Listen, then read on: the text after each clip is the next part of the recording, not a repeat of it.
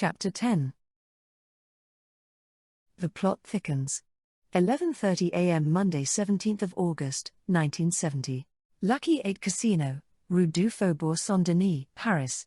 Harry is geared up to handle any crisis, but it turns out that the interruption is nothing of any importance. Some missing form, which the office staff can handle. Harry thanks the bearers of bad tidings and insists that they take his contribution to whichever charity is flavor of the month. Then he returns to his office and lights another Benson and Hedges. Fergal eyes him warily. "Now, you numbskull. Where's that detonator?" "Wasn't my fault. I told you Magat might speak to more than one woman." "What are you rabbiting on about, you halfwit?" "Magat spoke to both of them, boss." "WHO? Liana and Mari. What has that got to do with the detonator?" "I couldn't get it." "Why not?" "I didn't have Mari's suitcase keys, did I?" Harry turns wearily to his bouncers. "Get him cleaned up and go with him to Hotel Albert. I don't care if you have to break down that woman's bedroom door and smash open every suitcase she's got. Don't come back here without the detonator." "Yes, boss. What if she comes in while we're searching?" "Then you'll have to silence her. Permanently. I don't need any more complications." I'm silly to worry that I'm being used as bait. Nothing has really changed. I still need to find new facts, or an alibi, so that Liana can be freed. And whatever his reasons, the Major is helping me in a lot of ways. But there are several suspects I haven't even spoken to yet, and time is slipping away fast. "Ellis, we've got a lot of suspects. I think maybe you'd get more information from Mr. Brown than I would, so how about I talk to Valerie, and then we can compare notes again." So the Major takes me back to Hotel Albert and goes off to see Harry Brown. Valerie is at the reception desk again. It turns out that Jimmy Orville isn't very well, and she's getting them to take some soup up to his room. I suggest that we get some coffee. They serve it to us in the lobby. To start the conversation going in the right direction, I ask Valerie how our tour group had liked being in the Eiffel Tower when they knew there had been a murder there, because when I thought about it later on, that was pretty creepy. Oh, no one seems to have thought about it. They were absorbed in the view of Paris, which is wonderful. I'm wondering how to work the conversation around to all the lies she's told when Rhys Williams comes up and asks if he can join us for coffee, and of course Valerie introduces us. So then I start to think about all the people Valerie introduces to each other, and I wonder about Harry Brown. When I mention his name again, Valerie says, "Oh yes, Harry. Sorry, Mari, my mind was somewhere else when we were talking on Saturday. I didn't think of Harry when you asked about Mr. Brown. Everyone knows Harry. And no one calls him Mr. Brown."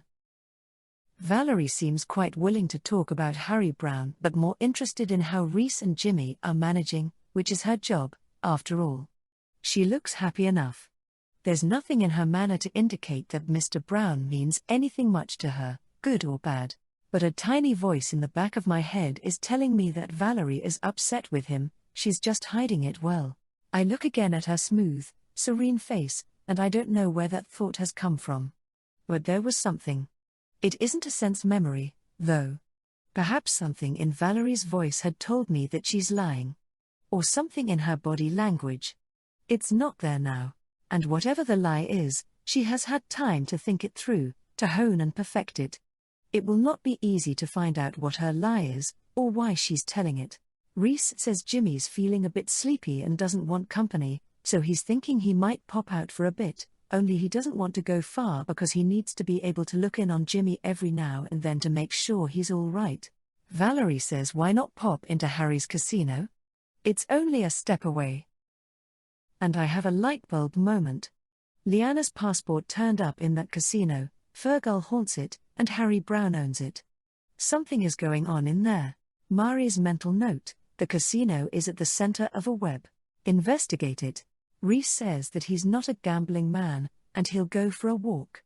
Now I'm torn. I've had no chance to talk to Rhys yet and I want to, but I need to confront Valerie with her lies. Then Rhys says he'll be back in a few minutes, So I stay with Valerie. As soon as Reese has gone, Valerie begins to talk. Mari, I'm worried. You know, I told the Surte that I left the tower early to get a bite to eat, and I did. But I came back. And I don't want to tell them that. If it will help Liana, then I will tell the Surte. But I would hate to do that if it is not necessary. Do you think Liana needs me to talk to the gendarmes? Why did you come back later? I was on my way out to the food van to get a bite before they closed, and then I was going to get the group's tickets and go home. But I met Harry and Fergal as they were coming in. So you stopped for a chat? Yes, and Harry said to come and have supper in the casino. So of course I said I'd love to. But she gives a tiny shiver. She's lying about something. What can it be? Obviously she did want to have supper in Harry Brown's casino. And everything about her body posture except that teeny-weeny quiver says that she's telling the truth. Teachers have to learn early on how to spot whether a pupil is telling the truth or not. Even naturally truthful students will lie their heads off to protect a friend. So we become experts at reading body language. Valerie's body language is confusing.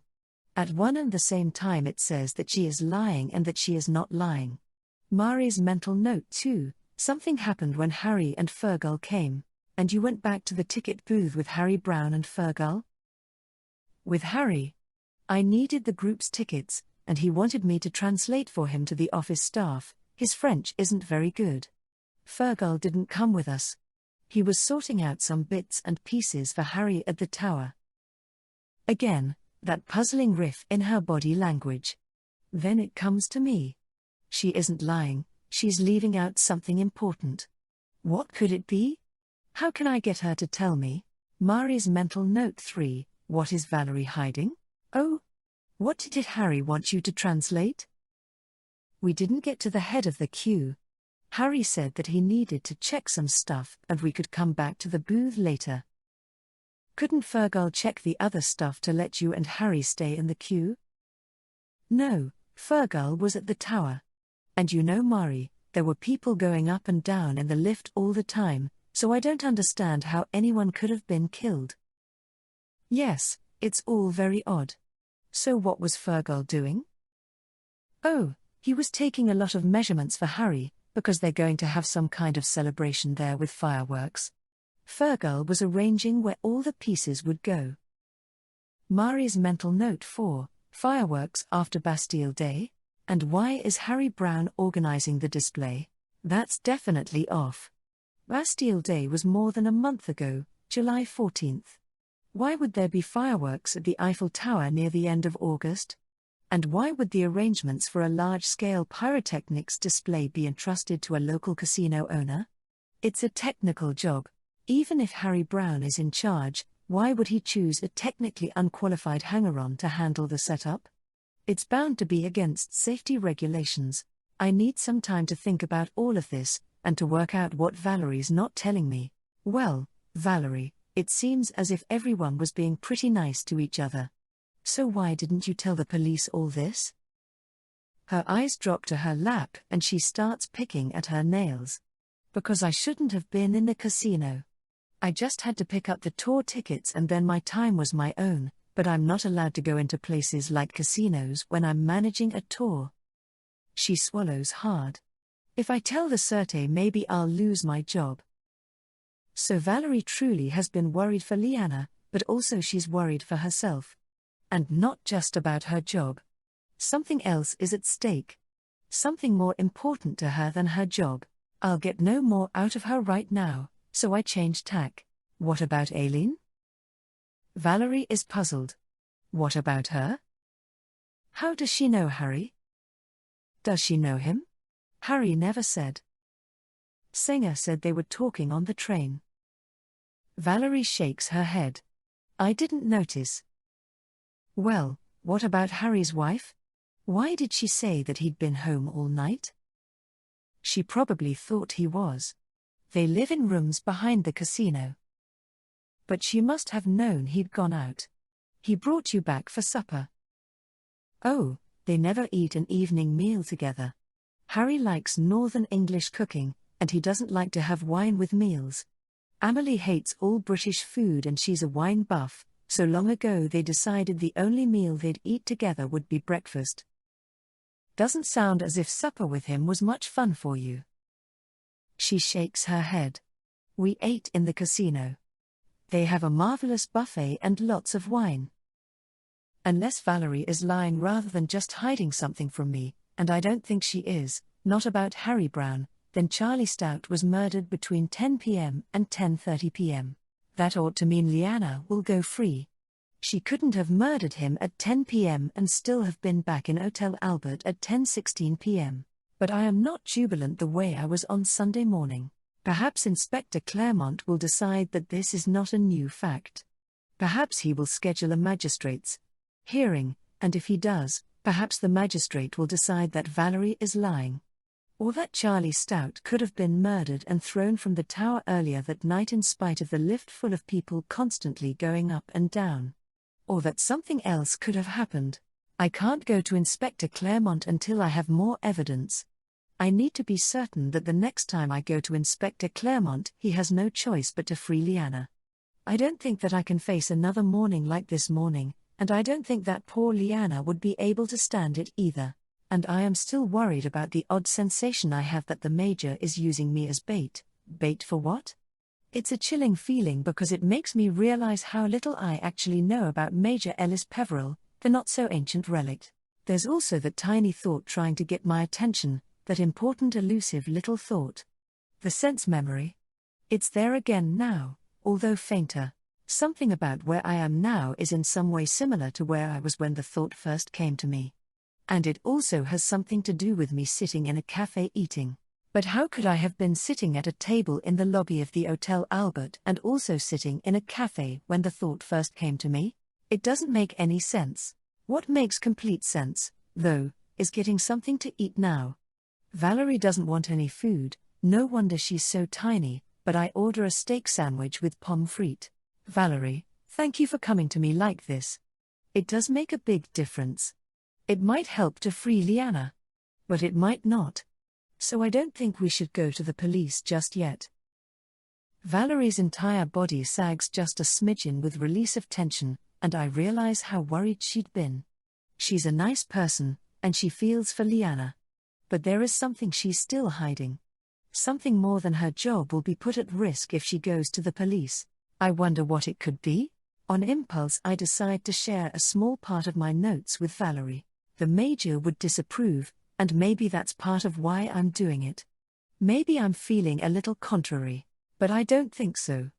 I'm offering Valerie a key to a hidden doorway, a share in a secret, and I'm pretty sure I'm doing that because I'm hoping to get her to trust me, to relax and open up, so she'll let the truth slip out before she knows what she's said.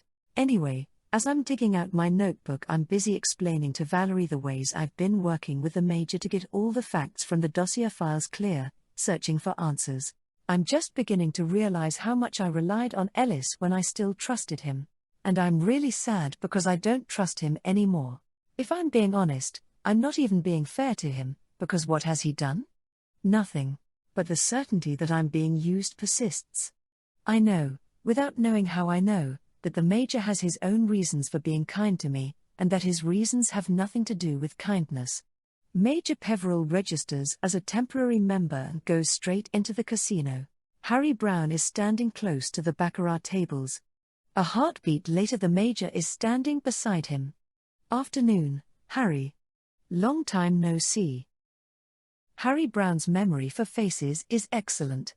He's pretty certain the only place he's seen this upper crust type before was at the Hotel Albert during Claremont's investigation. Don't believe I've had the pleasure. He begins, but the Major cuts him off. 9 years ago, Harry. At the Old Bailey. The French must have pretty liberal gaming regs.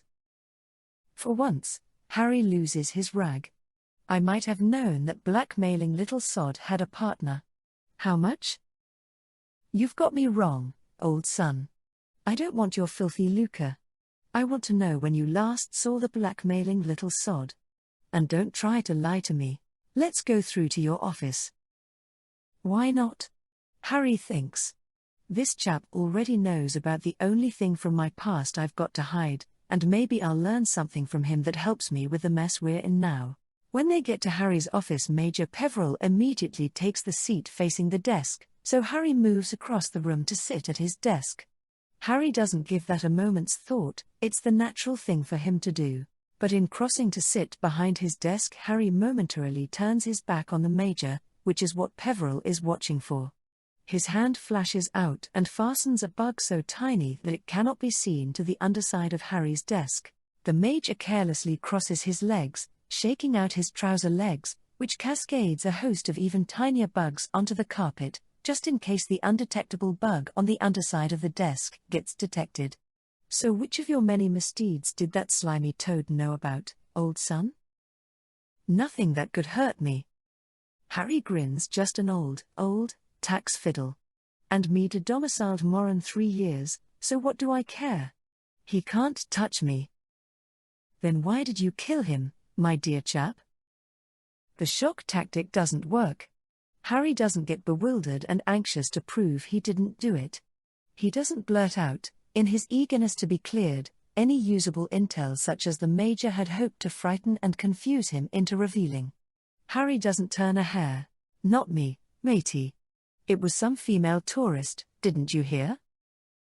I finished writing down what Valerie has told me now, so I turn the little notebook Ellis gave me towards her. Unaccountably I feel like crying, and show her how the murder timeframe looks with all the differences the things she has told me about have made to the timings.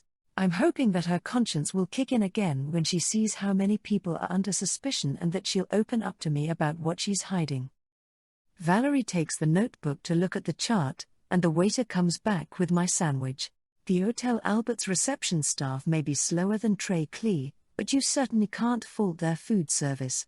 The waiter places in front of me in rapid succession a tiny paper serviette onto which he puts a glass of iced water, then a bottle of vinaigrette, a salt and pepper set, some cutlery wrapped in a paper napkin, a side dish of frite, and the plate with my steak sandwich on it, surrounded by fresh salad. I am lost in admiration. How can he do all that so fast without a tray to carry the things on? The sense memory is shouting at me. I almost have that elusive thought dash. Valerie is beginning to speak. And as I hear her voice, memory comes flooding back to me. I was sitting in an outdoor cafe with Valerie, admiring the rapid service and eating my ham and cheese sandwich, when she said, "Is there any expat in Paris who doesn't have Fergal's number?" And I had wondered why Valerie thought of herself as an expat. I hadn't put that down in my notebook. I'd meant to come back to it later, but I forgot. Well, here's my chance now. Valerie is saying, why have you put Fergal and Harry as suspects? They were with me. Her voice is agitated. The tension is beginning to tell on her. I'm holding her by a thread, and if I'm not careful I'll lose her. Thinking of how I'd handle this in class helps me there.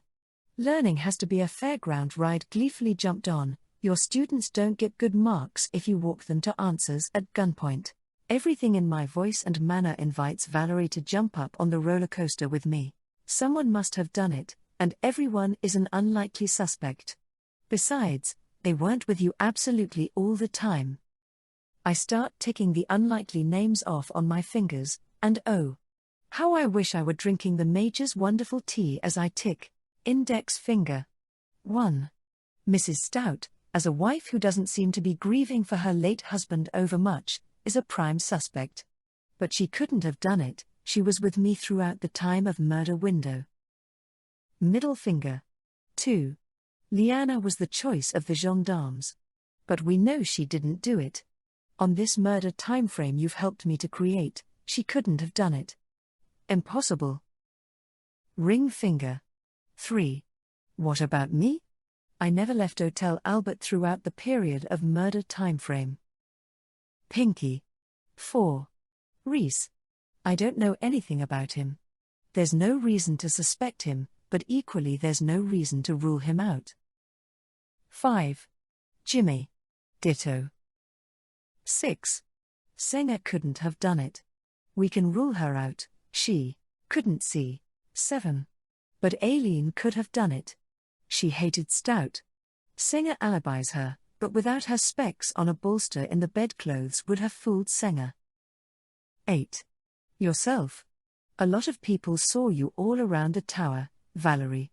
You're well known, and you weren't ever alone there for long. I keep to myself a dawning suspicion that she'd been alone long enough to have killed Tax Charlie if she'd wanted to. Why would she want to? 9. Fergal. He came to the tower with Dash. 10.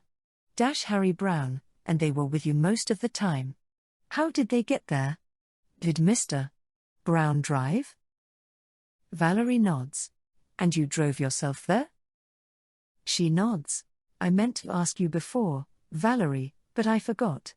When we were chatting the other day you said that it would have been no trouble to take Mr. Stout with you, but you didn't say whether you took him or not. No, I didn't take him. He said that he needed to attend to a little errand first. He went into the casino. So I drove to the tower alone. The casino again. It keeps cropping up. Something is going on in there, I feel sure. What little errand could Tax Charlie have had in Harry Brown's casino? So you weren't the last person to see Mr. Stout alive after all, Valerie. The last time you saw him he was going into the casino. Other people must have seen him there. Looking relieved, Valerie nods. I didn't think of that, but you're right. Mr. Stout went into the casino about 10 to 9. And I went and got my car and drove to the tower. Then she looks anxious again. I have not said I was the last person to see him alive. I don't know why the police put in the dossier that I did. You remember, I said that to you when we were talking in the cafe. That wasn't quite what she'd said, but I let it pass. More than ever, I want to know what's going on in that casino. With Ellis, I'd worked out that Tax Charlie couldn't have been killed before 9:30 p.m. because he left the hotel at 8:45 p.m. and so he couldn't have reached the top of the tower and had the quarrel that resulted in his death before then. But if he went into the casino first, that changes everything. Now I need to find out when he left the casino. He might only have been there 5 minutes, but he could have been there as long as an hour and still have traveled to the tower in time to get killed during the period when the medical report says it was possible that he died. And, it suddenly occurs to me, it's most likely that he was killed just after the last tourist party went down in the lift, because no one saw him, not according to what the dossier says. Although it has been wrong about other things and might be wrong about this too, I decide that I'd better reassure Valerie before I start asking her about her past. You were at the tower during part of the period when the murder could have happened, Valerie, but you were always with someone, isn't that right? A lot of people saw you. Major Peveril and I spoke to some of them. Valerie stops to think. Then she relaxes. Yes. I was always with someone or in some place where many people saw me. I was only alone when I was driving there. How long was the drive? About 20 minutes? A little less. Traffic was light. I got there about 9:05. So I parked and went straight to the ticket booth, but there was a long queue. It moved slowly. After a few minutes I went out to the food van to get a filled croissant for my supper. And that's when you met Fergal and Harry Brown coming in? Valerie nods. They came by car too? Yes. Harry has a Daimler. But you didn't actually go to the van because Harry Brown invited you to supper. Valerie nods again. That's right. But her eyelids flicker and she gives a tiny shiver. There's a lie somewhere in what she's saying, that's certain. I need to know what the lie is. And about what time was that, Valerie? I'm not quite sure. Perhaps 9:15? No, later, maybe 20 past. Or even 25 past. I was right at the back of the queue for a few minutes before I gave up waiting, and so probably it was a little after 20 past, close to 25 past. And she glances away as she says it, she can't meet my eye.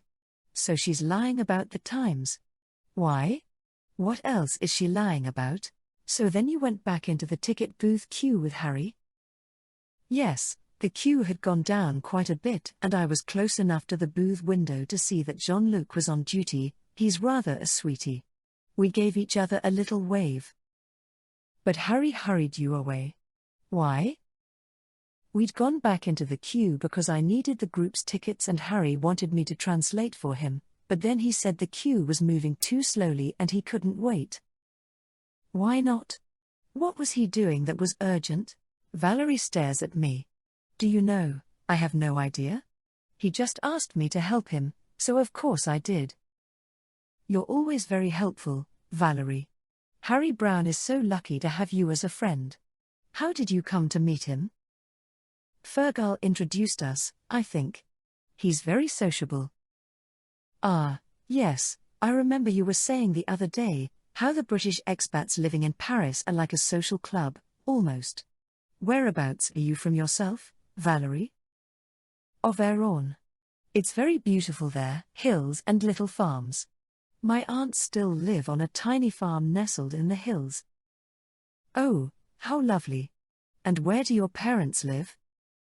Valerie's face clouds, and for a moment I think that she will burst into tears, but instead her sad look changes to hatred. My mother died when I was only 9. My aunts have always been my family. I'm so sorry for your loss. And your father couldn't take care of you when your mother went to her reward? Wouldn't, more like.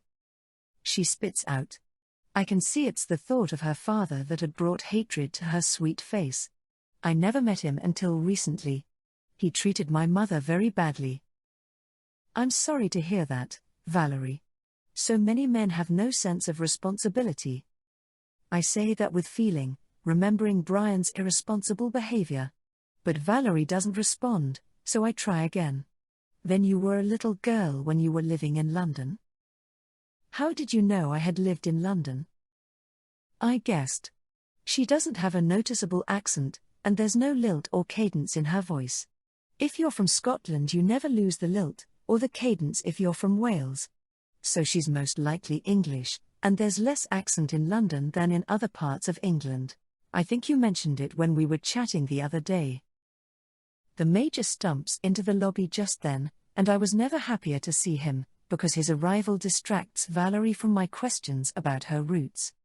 I'm being ushered through the revolving doors of Hotel Albert by the Major, en route to his own hotel for tea, just a handful of minutes after he arrived. I'm not quite sure how he managed to do that without giving offense to Valerie, or how he persuaded me, but I'm relieved to see Fergal coming through the other side of the revolving doors with a couple of his pals from the casino. It's good to know that Valerie will have some company. Hello, Valerie. Valerie swims up from her ocean of unhappy thoughts to see Fergal's battered face smiling down at her, with 2 of Harry's bouncers standing behind him. Instantly she remembers an important meeting on the other side of town that she's late for and begins to rise, ready to rush off. But before she can get out more than the first word of her apology, Fergal leans down, catches her arm, and murmurs quietly into her ear. Wheesht now, Valerie. You'll not be wanting to disoblige Harry, not when the 2 of us were so helpful to you on Friday, and to be sure your friends that you're rushing off to see can wait a bit, can't they? No problemo, then. Seeing no way out, Valerie tries to smile. What can I do to help, Fergal? There's the lass. Go on over to reception and get the key for room 101. Tell them Mari's in with the gendarmes, and she asked you to fetch a few of Liana's things along to her. I can't do that, Fergal. They won't give me a guest's room key.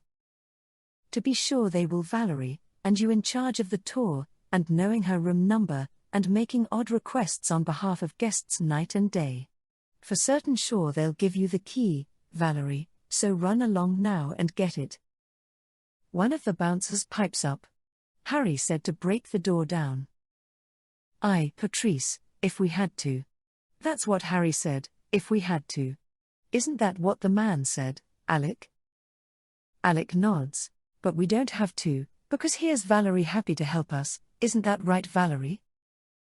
Valerie is anything but happy to help them, but she doesn't want Fergal saying any more about what had happened on Friday night at the Eiffel Tower. I'll try to get the key, but you know I'll have to go up to the room alone or they'll think it's very strange. No problemo, Valerie. We'll just wait for you upstairs. Valerie watches until they are hidden around the bend in the stairs, and then goes over to the reception desk and rings the bell. Exactly as Fergal had predicted, the hotel staff give her Mari's room key without asking awkward questions. They even ask her if she wants to take Mari's things out of the hotel safe. Thankfully disclaiming any desire to do so, Valerie picks up the giant brass key fob engraved 101. She begins climbing the stairs.